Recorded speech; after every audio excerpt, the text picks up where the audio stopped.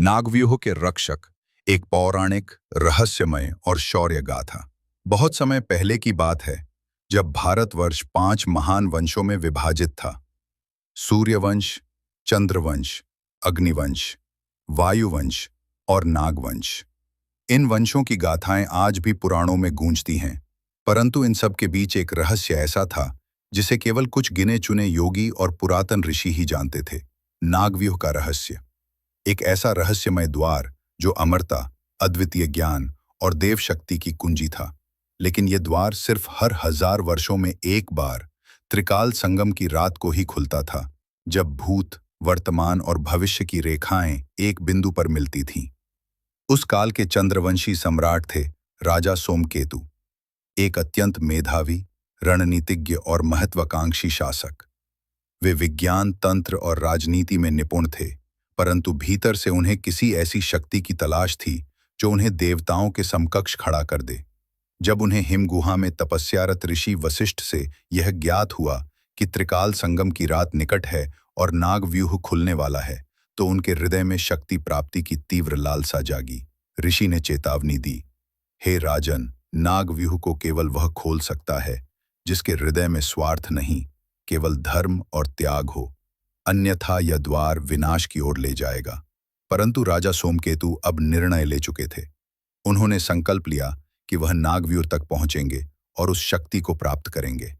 जब यह समाचार सूर्यवंश तक पहुंचा, तो वहां की पराक्रमी राजकुमारी तिलोत्तमा, जो अपने धर्मनिष्ठ स्वभाव, तेजस्वी बुद्धि और युद्ध कौशल के लिए विख्यात थीं, ने चंद्रनगर की ओर प्रस्थान किया।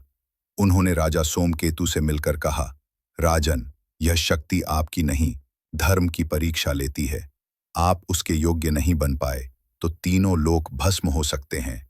सोमकेतु हंसे और बोले, तिलोत्तमा, शक्ति मांगने से नहीं, छीनने से मिलती है। इतिहास विजेताओं को याद रखता है, धर्मात्माओं को नहीं। तिलोत्तमा ये जानती थीं कि यदि वह राजा को नहीं रोक सकी तो संसार पर संकट आएगा। उन्होंने प्रतिज्ञा ली कि वह नागव्यूह के द्वार पर खड़ी होंगी और धर्म की रक्षा करेंगी, चाहे मूल्य कुछ भी हो। उधर राजा सोमकेतु ने नागव्यूह के रहस्य को खोलने के लिए बुलाया अग्निवंश के योद्धा अग्निसेन को, जो तांत्रिक विद्याओं और तेज की चरम सीमा पर था। अग्निसेन ने प्राचीन ग्रंथों की खोज की और पाया कि नागव्यूह को खोलने के लिए एक नागवीर की आवश्यकता होती है, एक ऐसा योद्धा जो मानव और नाग का सम्मिलन हो। इसी खोज के दौरान हिमालय की एक गुफा में जागा नागवीर, एक रहस्यमय योद्धा जिसके शरीर पर नागों की आकृति जैसे चिन्ह थे, जिसकी आंखें नीली थीं और दृष्टि में काल को चीरने की शक्ति थी। वो बोलता बहुत कम था, पर उसकी उपस्थिति ही एक गर्जना थी। उसने कहा, मैं नागवंश का अंतिम रक्षक हूं। नागव्यूह कोई द्वार नहीं, ये परीक्षा है। जो इसे शक्ति का मार्ग समझता है, वो स्वयं को भस्म कर देगा। इसी बीच आकाश में एक काल छाया मंडराने लगी। त्रिकाल संगम की रात आने से पहले ही काललोक से निकली काल माया इस संसार में प्रवेश कर चुकी थी। वो एक प्राचीन राक्षसी शक्ति थी जो हजारों वर्षों से नागव्यूह में बंद थी। वो जानती थी कि यदि नागव्यूह दोबारा खुला तो वो अमरता को निगल सकती है। काल माया ने राजा सोमकेतु को भ्रमित किया, उसे स्वप्नों में दर्शन दिए, उसे विश्वास दिलाया कि नागवीर तुम्हारा शत्रु है। यदि तुमने मुझे मुक्त किया तो मैं तुम्हें ब्रह्मांड का स्वामी बना दूंगी। राजा अब पूर्ण रूप से मोहपाश में जकड़ चुका था और अंततः वो रात आई, त्रिकाल संगम की रात। आकाश में 3 ग्रह एक सीध में आए, दिशाओं में तेज आंधी चलने लगी। नागव्यूह के चारों ओर बना हुआ मणिबंध रेखा टूटने लगी।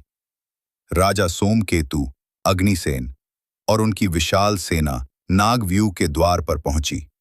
वहीं पर तिलोत्तमा और कुछ धर्मरक्षक योद्धा खड़े थे और वहां खड़ा था नागवीर। उसकी आंखें तप रही थीं, उसके चारों ओर रहस्यमय प्रकाश घूम रहा था। तभी आकाश से काली आग की बारिश होने लगी। काल माया का प्रवेश हो चुका था। काल माया और नागवीर के बीच जो युद्ध हुआ, उसे आज भी त्रिलोक युद्ध कहा जाता है। उसकी प्रतिध्वनि आकाश गंगा तक सुनाई दी। सोमकेतु और अग्निसेन ने भी उसमें भाग लिया। परंतु जैसे जैसे काल माया बलशाली होती गई, पूरा समय थमने लगा।